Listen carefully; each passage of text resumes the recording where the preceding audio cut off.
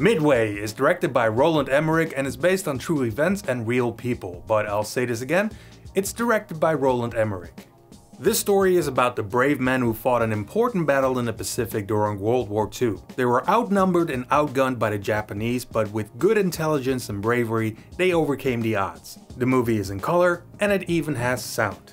I like movies about the Second World War. In the hands of a good filmmaker, you can really relive history.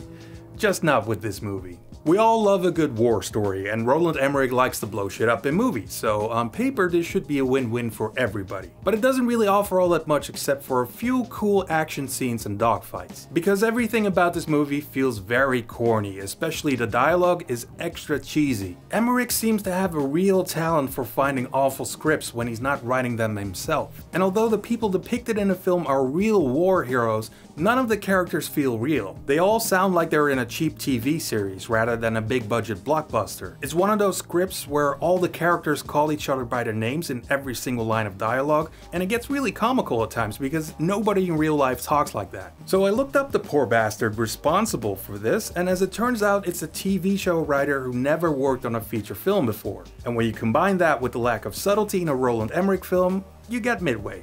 Remember Twin Films? Two movies that were not only about the same subject, but also released around the same time? You know, we had Deep Impact and Armageddon, Dante's Peak and Volcano, Ants and A Bug's Life. I think Midway is the twin movie of Pearl Harbor, and it probably should have been released 18 years ago. Much like Pearl Harbor, this is clearly a Hollywood version of a real battle in history. And say what you will about Michael Bay, I mean Pearl Harbor sucked, but he's much better at shooting action scenes than Emmerich. First off, I did not care for the stylized look. They were going for this weird Technicolor thing, and it just made the movie look weird. The editing was also very strange. At one point the movie jumps from a battle scene straight to a ballroom scene without anything in between. And second, there is an awful lot of fake looking CG in this film. I think I even saw a similar shot from Independence Day, except with fighter planes instead of alien ships. And you can't really enjoy a war movie when you're looking at cheap graphics, because you never feel the heroes are in any real danger. I mean, how much damage can a digital plane do, really?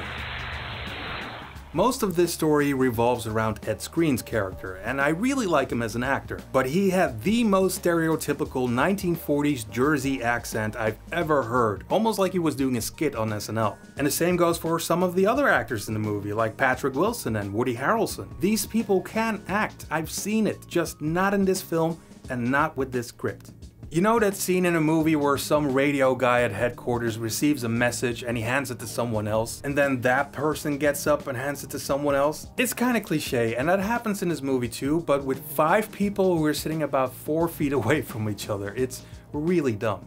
As far as war movies go, this is a little less enjoyable than Pearl Harbor, and that's not really saying much. If you like that movie, you're probably gonna like Midway as well, but I can't really recommend this one. If you're really interested in this battle and you don't want to watch a documentary, then I don't know, maybe watch the movie from 1976 with a bunch of old dudes. Midway gets 2 out of 6. Okay, let's get this over with. Huh, that was a freebie.